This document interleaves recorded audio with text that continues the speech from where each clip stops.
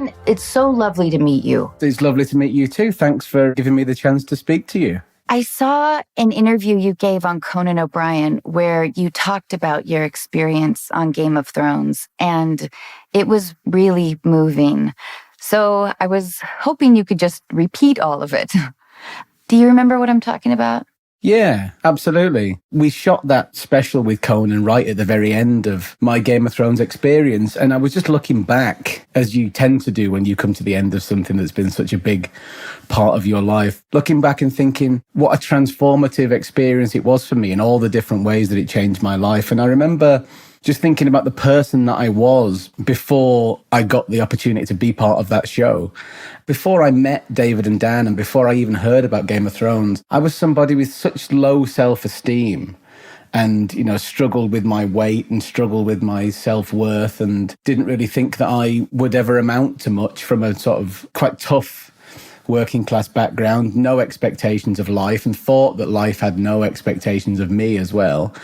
And all the time when I was thinking that and thinking that I'd never be worth anything to anybody and wishing I could change so much about myself, there were two genius writer-producers in Hollywood, believe it or not, who were looking for exactly me. At the time that I thought nobody would ever give me a chance and nobody would ever believe in me, they were looking for me. Not only would they accept what I perceived to be my shortcomings, but it was my shortcomings that they were looking for.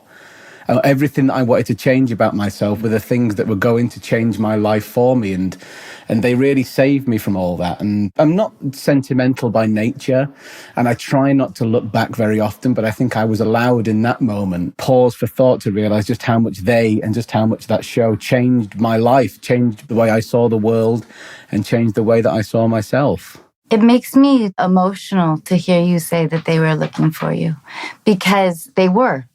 And if you could tell your younger self something, essentially distilled to like a hang in there message, it speaks to that in such a beautiful way. Yeah, and also just, in terms of just really not knowing what's around the corner, in terms of the unlikelihood of what happened over the course of the next decade. It wasn't even a dream. It didn't even feel possible to even dream about it, let alone achieve it, How were you proactive in it then? Were you doing theater? Were you auditioning? How did that happen? Well, the first round of auditions, I was still at drama college. I trained for 3 years at a drama school in Manchester, and I was coming to the end of my third year. I just signed with my first agent. And it's one of those strange things, isn't it, where there's such a slice of luck involved in terms of so much about your life in general, but so much about your career as an actor is so out of your hands. I know. They decided to greenlight that show in the year when I was just about to graduate from college. If they'd done it the year before, I wouldn't have been able to do it because I still had a year to go. So you're at the mercy of so much, but I think you just have to be ready and sharpen your skills to the extent that when these opportunities do present themselves, you're available for them and you're open to them. But, it's the type of thing where you just think, if it hadn't worked out, what would have happened to me and what would have happened to my life? But it's kind of tempting to think like that, but it doesn't do you any good either. When you were studying, did you have that sort of stereotypical, bitter actor mentor? 100%, because that's something that you only really think about when you leave. I think when you're in any kind of drama training, there's almost a sort of cult-like thing about it where you don't know anything. And all you've got to go on is what they tell you. And who are you to question it? You know what I mean? Mm-hmm. You have to completely wholesale believe in what they tell you. But part of it makes you think, hang on a minute, you're telling me what to do and what not to do, but you're not doing it. Completely. And if you were that good, you'd be doing it. You know what I mean? Yeah, I certainly had that.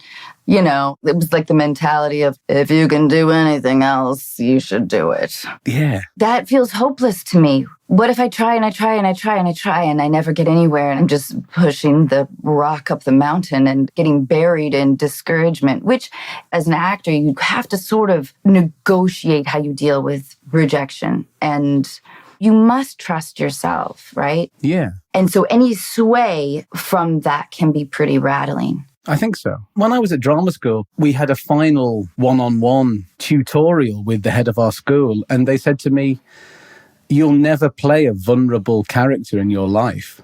They said, vulnerability isn't something that's on your palette. And maybe they were right at the time, I don't know, but they said you have a kind of wall up to the world. How fascinating. I know. All the acting choices that you make have this spin of irony to them. And it's like you're commenting on the role and not actually giving yourself over emotionally to the part. And even at the time, I didn't think that was right. And then I was in Game of Thrones playing a very, very vulnerable, broken character within the space of a couple of months. So you talk about rejection and the pressures of the industry and the way critiques or comments of you or your work can affect you. And I think that they affect you differently if you think the person who's saying them has a point. Right. And sometimes you just think, oh no, they're wrong about that. You know what I mean? They're just flat out wrong. And I think that you react to both of those different sides of the coin in different ways. If somebody says something about you and you think, yeah, I wasn't great there, I didn't quite get to where I wanted to be with that, that hurts you. But if they're just wrong about it, it kind of brushes off you. Yes. I think it takes a minute to get to that place when you can assess that well. John, I had some great advice once told to me.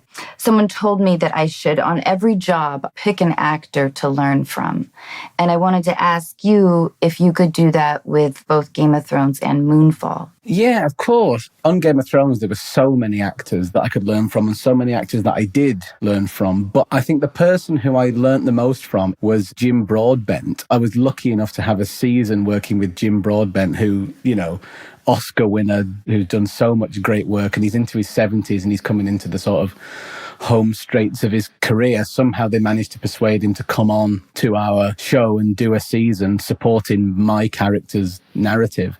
And what I learned from him was, funnily enough, I'm going to say I learned the same lesson from him as I learned from Halle Berry when I was shooting Moonfall, because, you know, they're both Oscar winners and they both achieved so much, but they still both have a real desire to get things right.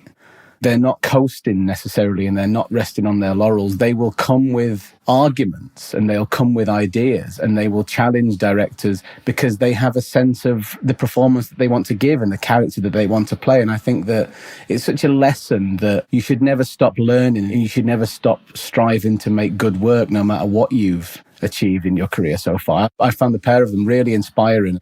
And you know, when you have a lead like that who is collaborative and wants to ask questions of the writers and wants to ask questions of the director, that emboldens you to do the same. It took me a while to gain enough confidence where I thought I could have an input. I just thought, oh, I'm passive. I'll just say the words as they are, do whatever I'm directed completely unthinkingly and unblinkingly and just take the notes as they're given. But it took me a while, and it took me working with people like that before I realized, hang on a minute, I've got a contribution to this.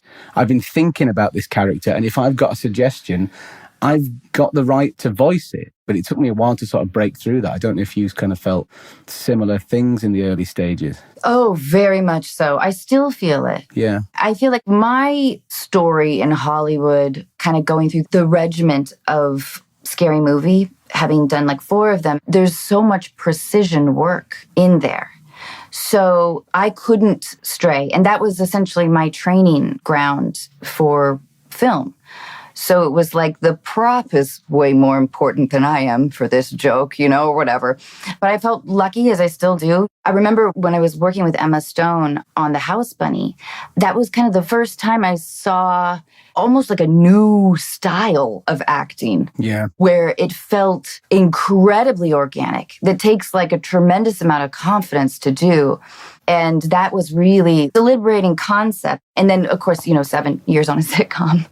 That's a whole other journey because it is so precise. Yeah. That's a question that I like to ask actors about preparation and how much preparation they do and how much preparation you think is important. Because I've always prepared. I've prepared forensically for every single scene that I do. And you're right, when you meet actors that seem to just be able to turn up completely kind of unprepared and just start turning over, they just produce this stuff. And sometimes it's good and sometimes it's not. But when it's great, it's really great.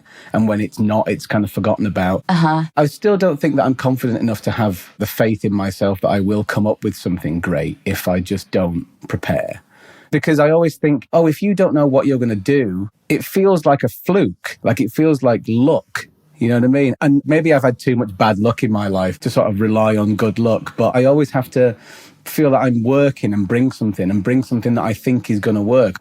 I just don't trust the cosmos enough to give me something great. It's true. There's so many things that are out of our control. We must have something. And I enjoy the process of preparation.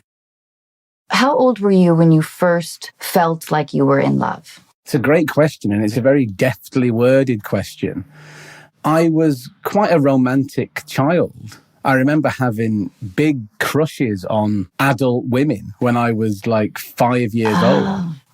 And that sort of felt like love at the time. I remember feeling love, or, feeling some essence of sort of romantic love as a real physical pain when I was a little tiny kid. There was like neighbors and like people in the neighborhood who I just used to go and talk to because I kind of had a crush on them and I was sort of in love with them. I remember feeling some sort of semblance of some sort of romantic stirrings even back then. But then when I did fall in love, eventually, I realized that that wasn't love at all. Like 16, 17, 18? Probably, yeah. I mean, all my love was very, very much unrequited for a very long time. We talked a bit about rejection already, but romantic rejection was something that I thought would be just so mortifying, just so unrecoverable from. There were people that I really liked at school, and I'm thinking, God, they don't know that I like them. But if I went to ask them out, for example, and they said no, I just have to change school. Yeah, yes. There's no way that I could ever show my face around here again if I declared that I liked them and then they said no. Compared to the benefits of it going well, the risk of it not going well just outweighed everything. So I just never told people that I liked them, ever. I didn't have a girlfriend until I was 25. Are you still with this person? No. Have you experienced extreme heartbreak? To be honest, no, I don't think I have. But this may sound slightly callous and maybe a slightly warped thing to say, but heartbreak is probably the worst thing that can happen to you. Breaking a heart can be just as bad. Oh, yeah. I think that that's something that I've had to sort of deal with the guilt of that, because I think if a relationship ends and you're the one who's had your heart broken, it's horrible, but there's a sort of comfort in that you've got right on your side. There's a righteous anger. And you can go to your friends and say, he did this to me and he's broken my heart. And it's the powerless position. So you have the comfort of that. Exactly. But if you're the one to break a heart, you've got those feelings. You're bereft and, you're mourning for a relationship that didn't quite work out, but you've got guilt as well. And I think that that's not an enviable position to be in. And I'm not saying that that's a worse position to be in than having your heart broken, but it brings with it a whole different set of emotions and regret, which can be just as difficult to live with, I think. So, John, may I make the assumption that you were the one who ended that relationship? I was, and I think it's a theme that sort of happened in relationships since, really, that I think the best thing to do is to bury my true feelings and bury my true kind of frustrations, because I don't want to hurt the other person. I want to live day to day happily, and any sort of umbrella worries or concerns that I have, to not really think about them. In the same way that you don't look at the sky sometimes, but it's hanging over you all the time. But sometimes you think, I'm just not going to look at that today. Because I think that's the kind of thing to do, rather than having a big conversation. And I've learned recently that's actually the cruelest thing you can do, to let somebody believe that everything's okay and to not voice your concerns, because, that can't be sustainable. Things like that do end eventually. And when they do end, if you've been doing that, you've just wasted so much time, and other people feel they've wasted a lot of energy and commitment to a relationship that you were feeling in a slightly different way about. So I've just learned that honesty is the most important thing. And they may be awkward conversations to have, but once you've had them and everything's on the table, you won't regret it, I don't think. I think you're right. And I do know that inclination, especially in my 20s as my career was building. It was like, boyfriend, check.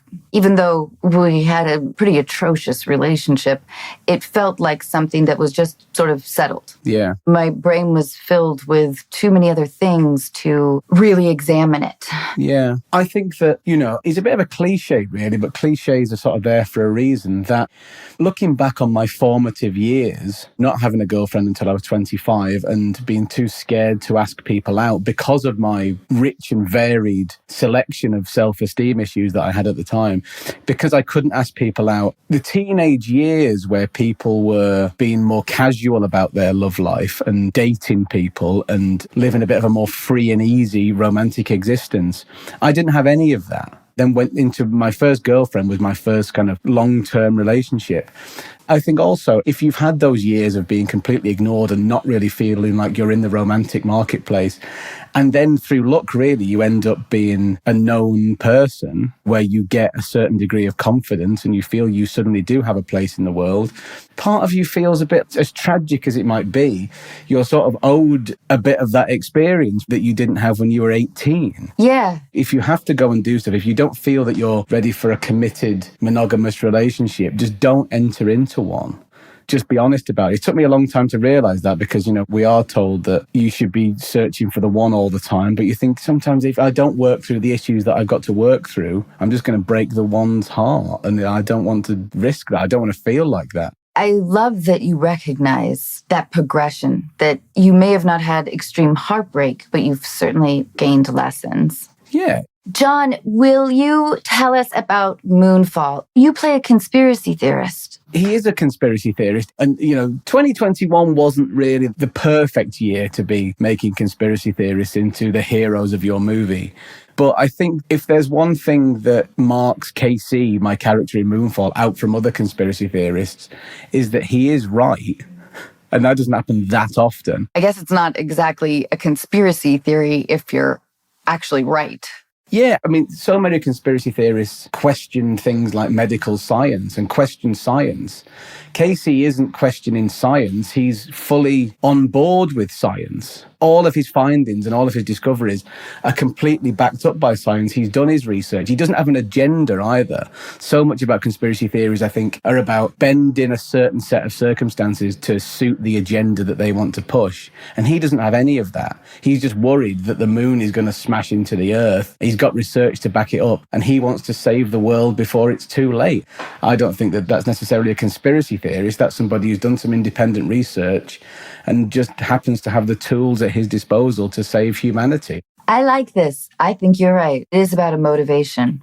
At least how the idea is seared into us now in 2022. Exactly. I think that if, for example, you don't want to wear a mask, just because you don't want to, because you find them uncomfortable or because you think they don't do any good, that's one thing. But I think that if you start from that position, you then go searching for things to back that up. And that's where it all sort of spirals. It spirals with a sort of personal feeling towards something, but you feel that that's not enough. So you have to justify it by looking for this greater structure to your argument. And I think that's where a lot of conspiracy theories come from, people just trying to justify their own attitude towards something. I think that's a brilliant way to sort of describe that personality type. It is interesting that it's a desire in humanity. John, will you tell me about your parents? What personality traits do you think you inherited from both of them? The first thing about my parents with regards to myself and my career is that they were not theatrical people. They didn't have a sort of artistic side to them at all, really. We'd never even watched a lot of movies. We watched mainly like comedy shows, half-hour comedies on television. And I think that that sort of set me up a lot for the way I think about acting, really. I was brought up with a wealth of entertainment because my parents were a little bit older, I think, than a lot of my peers' parents, pretty much 40 when I was born. That opened me up to a whole range of entertainment that my peers weren't necessarily exposed to. So, for example, they weren't just listening to the Billboard chart. They were listening to music from the 50s and the 60s. And they were watching Laurel and Hardy movies and Sergeant Bilko and old TV shows that my peers wouldn't have any kind of clue about. And because of that, I was able to cherry pick so much influence and so much cultural reference from this extraordinary large buffet of entertainment. And I always thank them for that, really, that they didn't just sit me down in front of Cartoon Network and just let me watch cartoons. They had me sort of watch television with them, and I was able to watch quite mature programs and, programs from 30 years before I was born when I was a little kid. And I think that gives me a great curiosity about entertainment, and it's fed into my instincts as an entertainer and as an actor. And I just can't thank them enough for exposing me to all of that.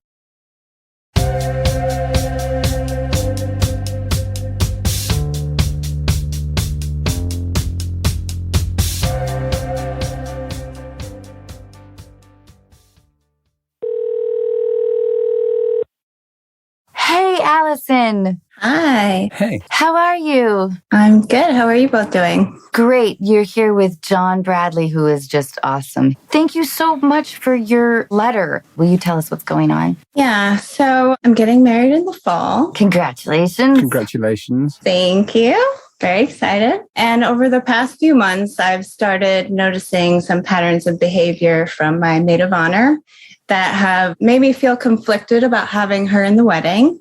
A little context, we are also business partners. We run a company together. She bankrolls it, so she is my employer. And this past month, we took our work retreat. We do one every year. Usually it's just the two of us on the trip, but this time I ended up bringing my fiance and she brought a couple of her friends. So the dynamic was definitely different. Halfway through the trip, I ended up getting COVID and we were in a foreign country. I was waiting on a PCR result and we decided until we get the result, we would not make any plans on booking another Airbnb, canceling flights, do any of that. But I ended up isolating and realized after the fact that me leaving the group made the dynamic with my fiance and them very difficult. I found out that they kind of mean girled him a little bit that first night.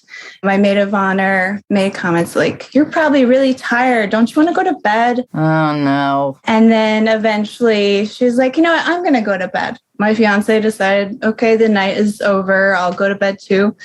And then found out soon after, she popped her head out to her other friends and was like, "Hey, you still up? Let's go out." Excluding him on purpose, obviously. And the next day, similar stuff. And the way my maid of honor talked to my fiance was very demeaning and condescending and rude. And hearing that happened really upset me. So I ended up reaching out to one of my bridesmaids who has known my maid of honor for a long time, longer than I've known her, and found out that she has gone through this herself. My maid of honor used to date her now husband. We should call her something. Should we call her Sarah? Maid of honor, Sarah, yes. So Sarah used to date Zach, and Zach is now married to Anne.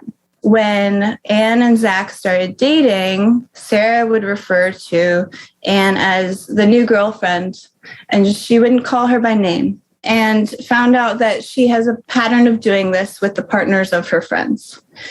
Will just be rude to them for no reason and seemingly not respect the relationship. You also, Allison, have extraordinary circumstances. You met your fiance right before COVID. So your fiance didn't really get integrated into any of your friend groups for quite a while, right? Yes. So he and I met through a dating app 1 month before the lockdown. We ended up cramming a bunch of stuff in and we wanted to see each other constantly. So we had an amazing first month of dating. But yeah, once the lockdown happened, I ended up needing to stay with him so my roommates could quarantine in my apartment. And he and I kind of just hunkered down, ended up thriving. But before the lockdown, I actually met almost all of his friends. He was really eager to introduce me to his circle. Awesome. I'm really happy for you. Thank you.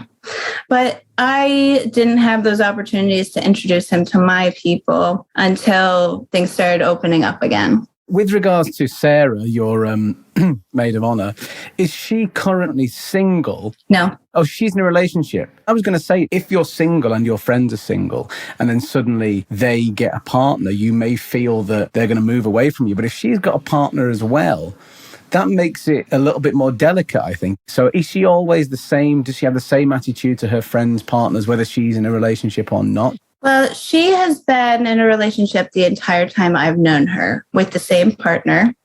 She's also polyamorous, and both of them will have their own other relationships. They do not live in the same country, so they spend half their time together, half their time apart. And I feel like she wants to get pregnant and she's having trouble. Oh my gosh. She also wants him to commit to her and propose, and that's not happening. Yeah. It sounds like she is sort of unfulfilled and maybe a bit unsatisfied in her relationship. So she sees her friends entering into these very committed monogamous relationship and wants that for herself. And some people, if they feel that they don't have it, they don't want it for other people either. You know what I mean? Do you think that's got something to do with it, maybe? I definitely do. And I definitely think it comes from a place of insecurity. Well, it's interesting to examine your relationship when you were single with her. I always talk about power balance in all of our relationships. Somebody has a little more power than the other for many different reasons, and sometimes it fluctuates. And I feel like she may have had that potentially before, and now she is feeling this shift.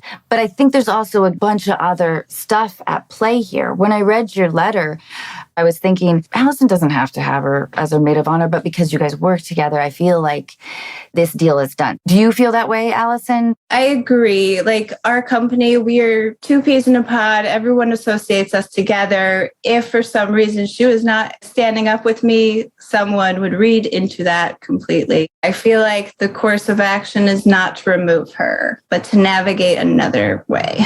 Yeah. I think that's quite interesting to me to hear you say that you can't tell her that she's not going to be the maid of honor because people will read something into it or people will think something's happened. But I think if there's one day in your entire life where you should just want it to be exactly as you want it, and you shouldn't even really be thinking about what other people are inferring or what other people think, then it's your wedding day. You know, fingers crossed for you, it's the only wedding day you're going to have. I just think like those wedding photographs are going to follow you around for the rest of your life. And you don't want to look at your wedding photograph and think, oh, that was the moment where I was photographed while I was thinking about what Sarah thought about or what other people thought about Sarah's presence or lack of presence there.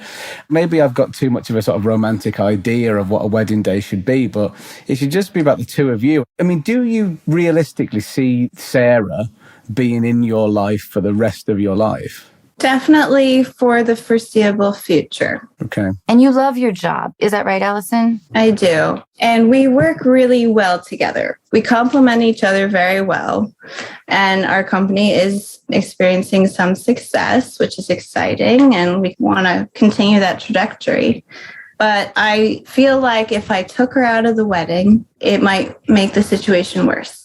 I really feel for you because you're kind of stuck with your fiance having been insulted by her.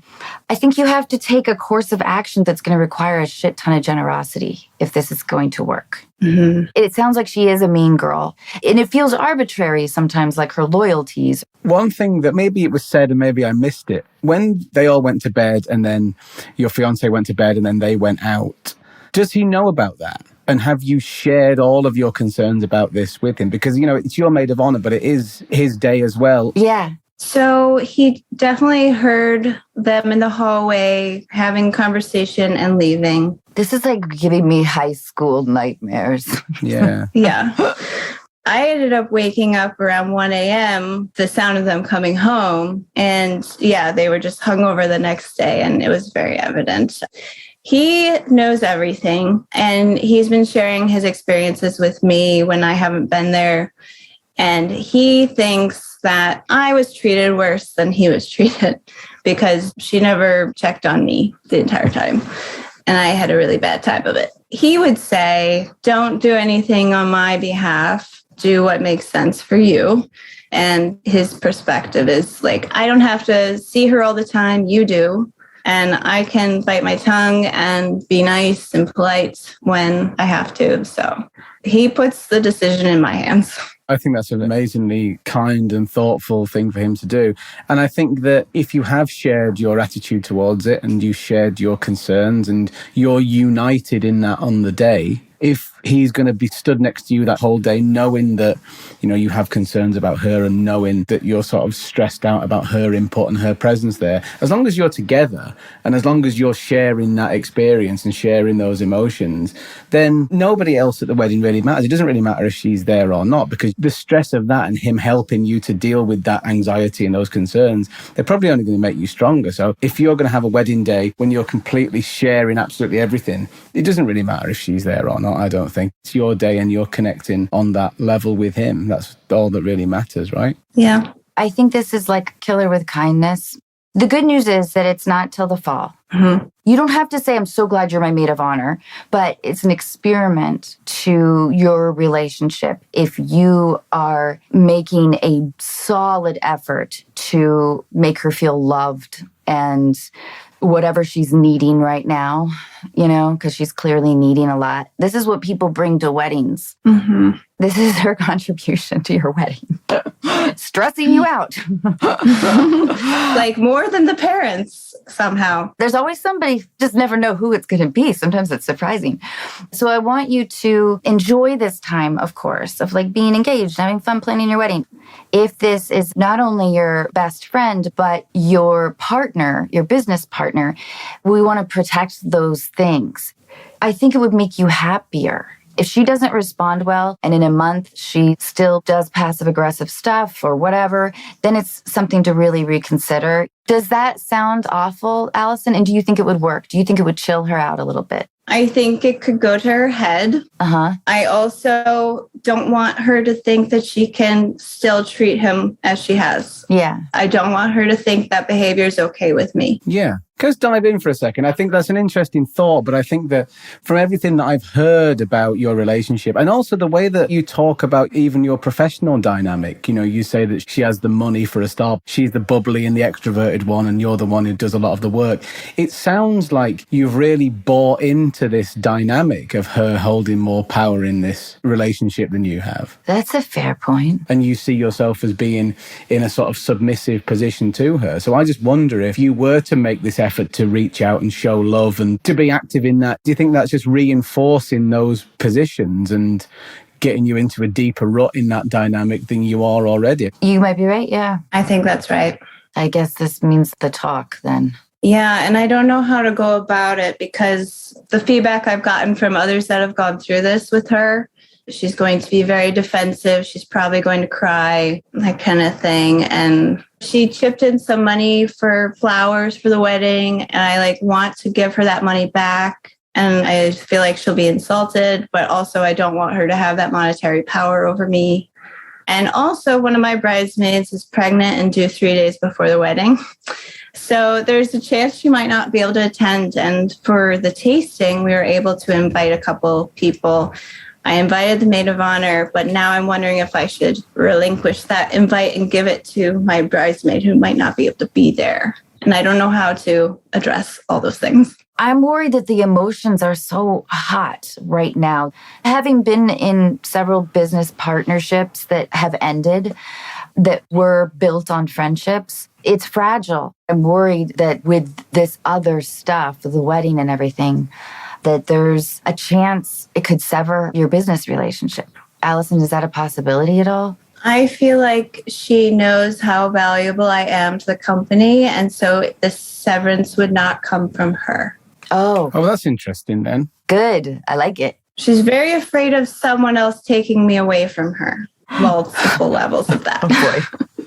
That idea of her being worried about somebody taking you away or being threatened, that sounds like it's a personal thing as well as a business thing. The idea that she knows your worth and you know your own worth to that company, it gives you a lot more power than you kind of think, really. In terms of the wedding day, if she is maid of honor, do you just not want her to be maid of honor because of the way she's behaved in the past? Or are you concerned that something is going to happen on the day if she's maid of honor that you want to avoid? I feel like the wedding is meant to be a celebration of our relationship. And if she doesn't respect that relationship, I feel conflicted having her right next to me.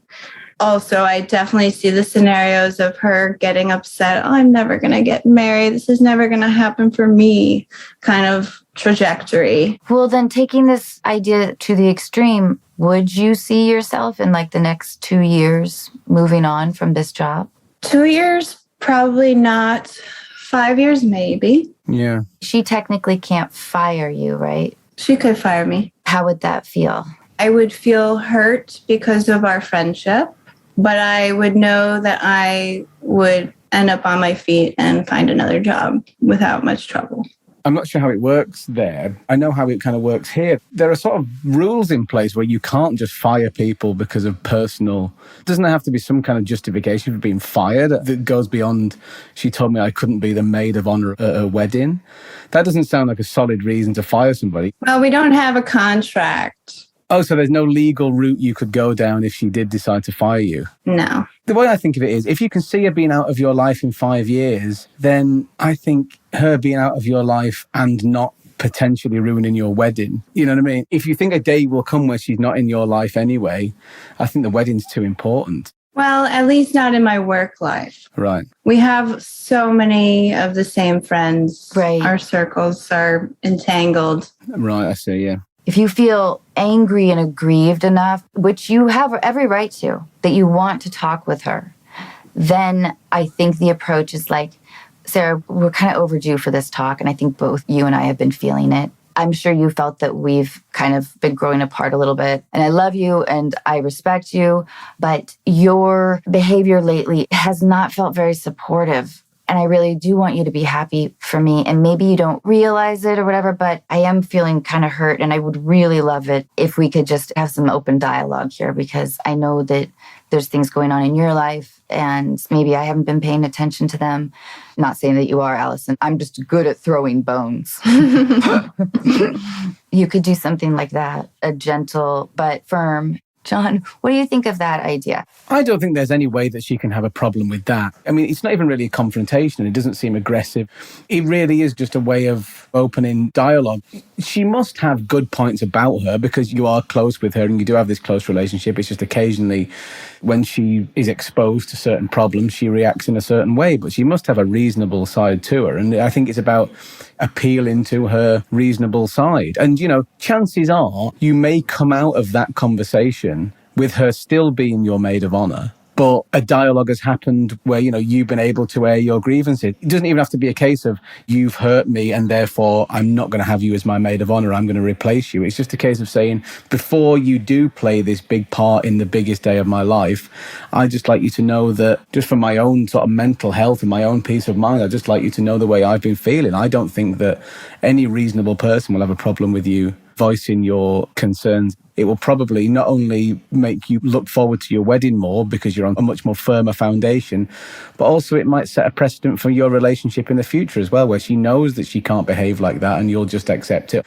I think a well-balanced, well-modulated conversation like that could be the start of a whole new phase in your relationship, maybe. And Allison, if and when you do talk with her, my advice would be to not mention your fiancé. Because if you say you were rude to him or whatever and lay that element out, she will just target him. Mm-hmm. Just one final thing. I think it's important to really make sure that all the way through this decision-making process and leading up to this talk, if you are going to have this talk with her, be sure to keep communicating with those other people who have similar experiences with her, because you don't feel quite so alone. And maybe you can speak to them and share experiences of her. And also, quite importantly, know that they're going to be there after the chat for you to share with them how it went and for them to give their insight into what happened. Then really use them as a comforting resource, because it's so easy to feel kind of alone. But if people have had a similar, almost identical experience with that same person, it's just going to bolster you to do the right thing and do what you need to do. Yeah.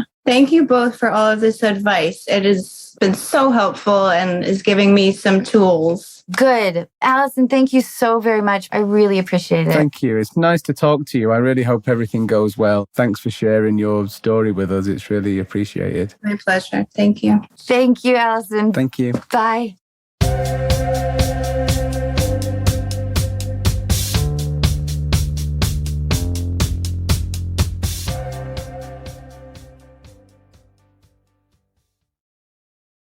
Oh, man. Wow.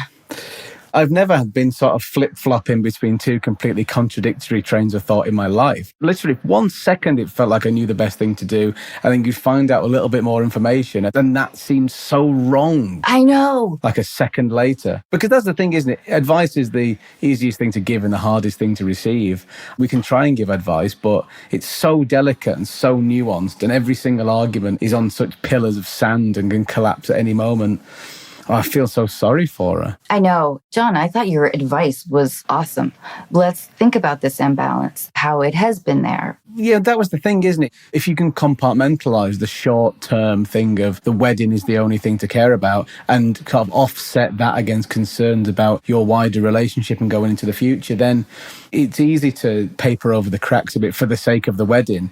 And maybe that's a valid piece of advice, but it's just about long-term goals versus short-term goals and what precedents you want to set, really. Completely. And how you protect what you want. Absolutely. John, I heard you tell a story about being trapped, I think the first season, in an elevator. It sounded terrifying. Will you tell us that story? Yeah, it's a testament as well to, my first ever job as an actor, was on a show where we had the budget to erect a huge lift shaft 40 feet above a stone quarry in Northern Ireland. Where are we in the show? It was in the far north. We shot it in Belfast in Northern Ireland in a huge stone quarry. So a lot of it was set, but a lot of it was real stone. And they built this lift shaft up the side of this stone face. And myself and Kit Harington were in this lift. And all that had to happen was they were going to do a long shot of us descending in this lift. When it gets to the bottom, we'd walk out, and that was the shot. I love it that they are using you guys for the long shot. Yeah, I know, exactly. But we were so naive. We were so grateful to be part of the show. We didn't even question it then. So we got winched up slowly up this lift. It was very, very slow. And I'm not great with heights anyway. And we were lifted up to about 40 feet above the ground. And bang, suddenly it got stuck. Like there was a shudder. And you're going up? We were still going up. You haven't done the shot yet? No. This is set in for the shot. Amazing. The floor of this lift wasn't solid. It was a grate. Oh, God. So we could see right through the floor onto the bare stone below. And we were up in the lift shaft and we were laughing with each other going, isn't it funny, the scrapes we get into? Thinking that we'd look down and see the whole crew laughing along with us. But the whole crew looked like they'd just seen a ghost. Oh, God. The faces that were looking up at us, it looked like they were looking at two men who were about to expire. That is when we started to get scared. If a crew with hundreds of years of experience between them are scared for you at any moment, you think, oh, this is something that's never happened before.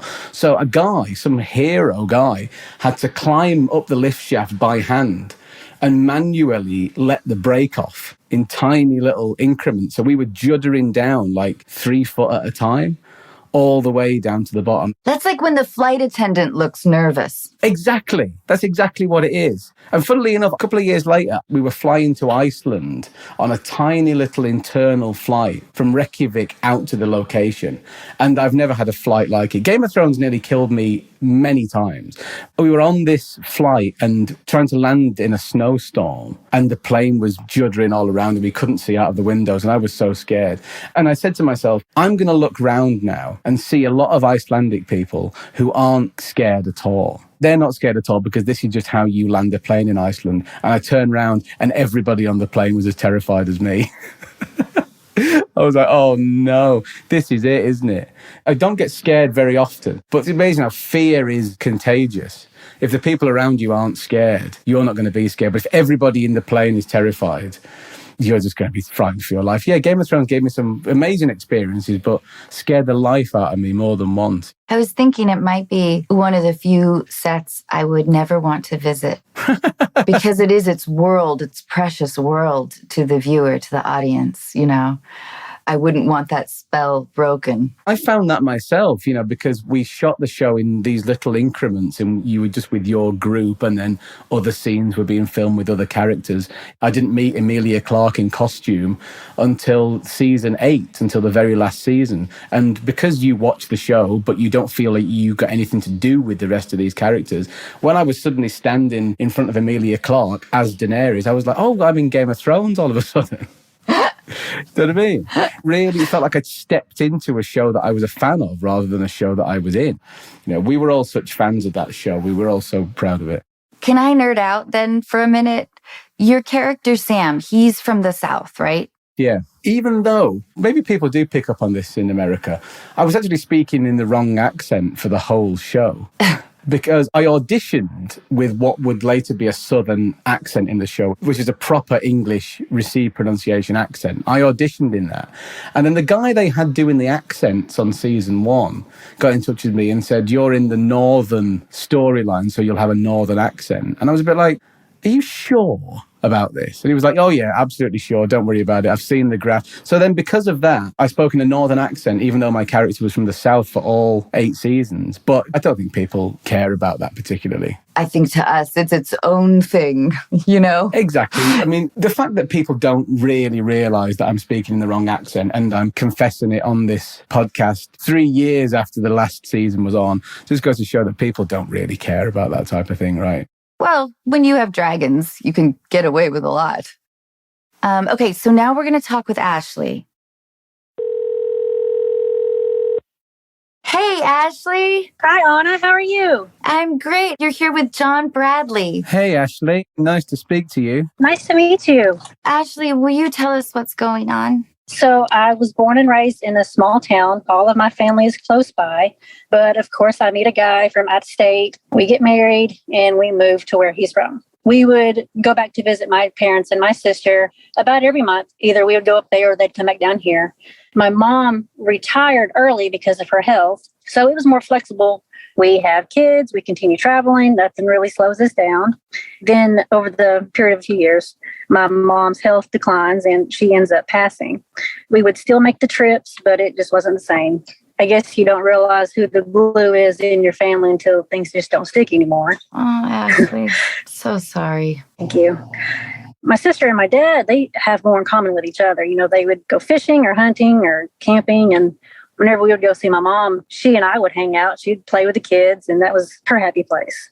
And when I would call her to see if we could come up, it was more like, hey, we're coming. And she'd be like, that's fine, come on. Whereas now I kind of feel like I have to ask for permission. I called my dad a few weeks ago to see if we could come see him over the next upcoming holiday. And he kind of hesitated, and it made me feel like we weren't really welcome. Oh. When I think about home and what comes to mind, and one day I heard that, and it kind of hit hard. Oh. Because for me, going home now has this uncomfortable feeling, but I don't want to not go home. So I guess, how do I get past that? Oh, man. You must be homesick in general. When you moved away, going back once a month, being close with everybody, you were very proactive in keeping really close to your family. And they haven't really reciprocated that sentiment to you, even though they love you and care about you. You're right. When I first read your letter, I thought, I wonder if Ashley's dad has seen somebody. I don't think so. Okay. He's pretty close to my sister now, even. My sister's got a boyfriend within the last year, and they live about 45 minutes away or so. So he'll go down and spend time with her, and they go on trips together. You know, we've asked them to come down and see us a couple times, and they have a couple times, but... Why aren't they making the effort? I don't know. Ashley, my brother is really sentimental, and he is always the proactive person. And he is always the one who's like planning the family get-togethers or whatever. And I'm just not of that mentality. I just want you to know, I'm sure that they love you. They just aren't in a pattern of any kind. It's almost like they need to be taught a little bit. Yeah. John, what do you think? I think that you should really reach out to your sister, I think, first and foremost, and let her know just how important this is for you and just how much it would mean to you to reestablish that connection, because you're all grieving and you're all grieving in different ways. And it's tough if those two seem close and it seems like you're on the outside of it. But what I'd do is I'd say to your sister, sadly, and my heartfelt sympathies go out to you guys, you know, we've lost a parent, and I don't want to regret not spending enough time with my dad when he goes too, which, you know, is going to happen one day. The fact is, I live in Manchester still. I live 2 miles away from my parents because the idea of them passing away one day and me not spending enough time with them while I was able to, I know for a fact that that's going to really haunt me. So I think that it's so important for you to talk to your sister and just bare your soul to her. Let her know how important it is that you establish a connection with her and with him. And then you can try and coalesce all together as a family unit, I think. rather than having this schism, this chasm between you in one camp and them in another. You need to sort of coalesce. Right. Ashley, is your sister younger or older? She's younger. I'm the oldest. This totally fits in. My brother's older too. I think the older sibling does tend to be just more proactive. I mean, at least that's certainly my case. And me being the younger, we tend to be a little more self-absorbed. We're not always aware. Would you feel comfortable calling your sister and saying, I'm really sad over mom and I want to be closer to you? And I want to tell you that I need you because I haven't really told you this before, but I really do. Would something like that sound good? Could you say something like that to her? I could definitely try. She's kind of hard to talk to. Is your dad as well? He's hard to talk to, yes. Yeah, makes sense. This is setting up. Check, check, check. Mom probably wasn't. Exactly. I mean, you could even say, hey, I want to be closer to dad. I know you guys are really close. And maybe through that angle, too, you would get closer if you're actually talking about what you need and what you want in a more direct way. I gotcha. It's just kind of hard living a couple states away. Yeah. Whereas they live just a few miles away. Another thing that you need to sort of bear in mind is a certain degree of patience as well with your dad, because, you know, you are all grieving and he's lost his life partner. You've lost your mother. That grief is something that it's not necessarily about creating a family unit for good times. You should want to be there for each other and you should want to be there for him. Mm-hmm. You know, it's a disturbing thing to happen to you. And maybe he's going through this grief in his own way and maybe he might turn a corner. I just think that a certain degree of patience is required, and just make yourself available to be a support and really sort of re-establish your credentials as a member of that family. You may be 2 states away, but it doesn't mean that you care less about him than she does, and doesn't mean you care less about her than you ever did before. Reassert your position within that family and just try, because you don't want to regret not making that effort. Exactly. Mm-hmm. I even think the attempt will resonate with her. Yeah. Even if she doesn't show it right away. I agree. It's still opening the door. Later in your letter, you mentioned planning an upcoming trip. Mm-hmm. And how they were, it's not that they wouldn't want to see you, but they weren't like, yay!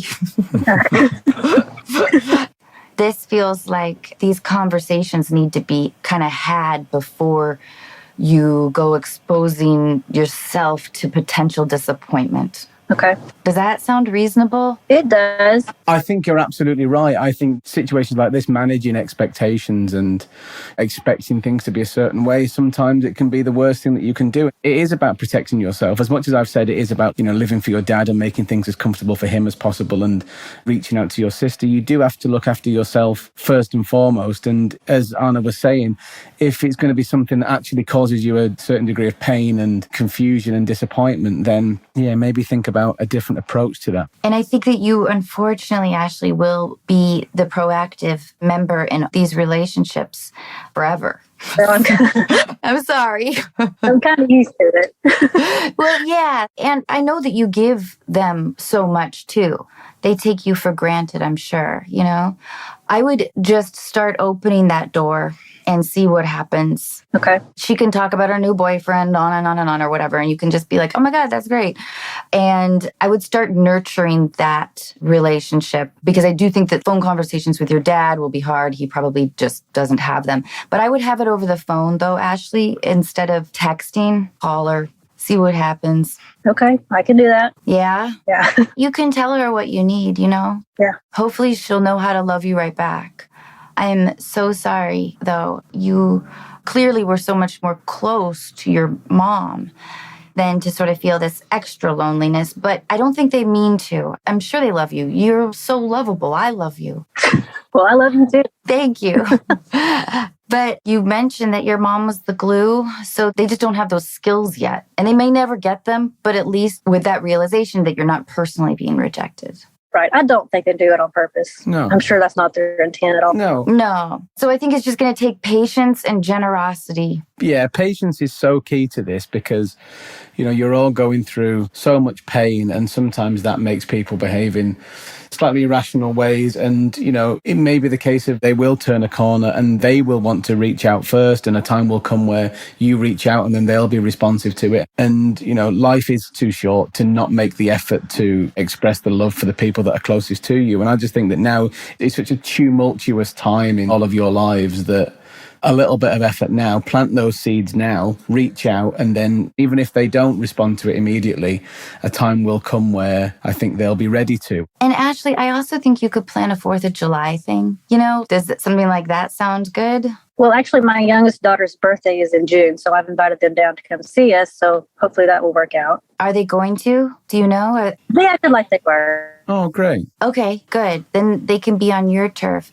But before that happens, I think it'd be really good for you to get closer to your sister. Yeah. Reminder of the things that are the same about you and forget about the things that are different. You say that they have different interests and you live 2 states away, but more makes you similar than makes you different.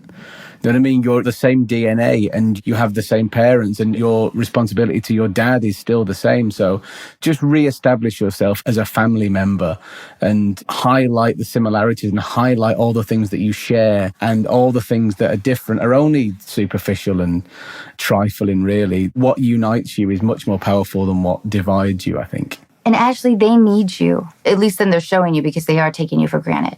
So you need to tell them, this is what I need too. I need you guys. And just you keeping that in mind, you're going to have to be the bigger person for a minute. But I think it really will be rewarding. I hope so. And I'm so sorry. You're amazing. And I'm sure that you're someone that they can all count on. If something were to happen, you would be there. Oh, absolutely. I know. I feel it in you. But Ashley, I'm feeling for you. I love you. Thank you. And thank you for taking time to talk with me. Thank you, Ashley. John, thank you so much. Oh, not at all. Sending lots of love to you. It was so nice to meet you.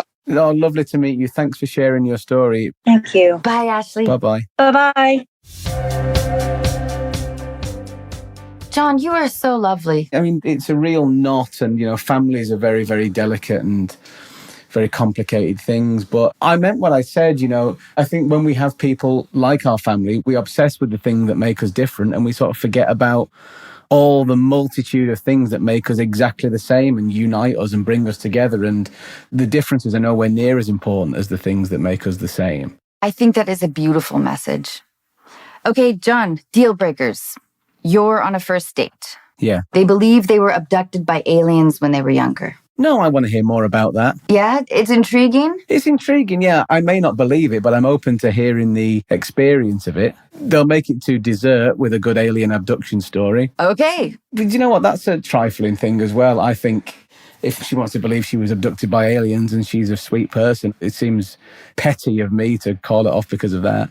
Okay, they share custody of their cat with their ex. Okay, that is a deal breaker, I'm afraid. Wow, right off the bat. Only because I'm powerfully allergic to cats. Okay, all right. I can be with her while the cat is with her ex. But if basically I'll be a part-time boyfriend, I'll share her with the cat.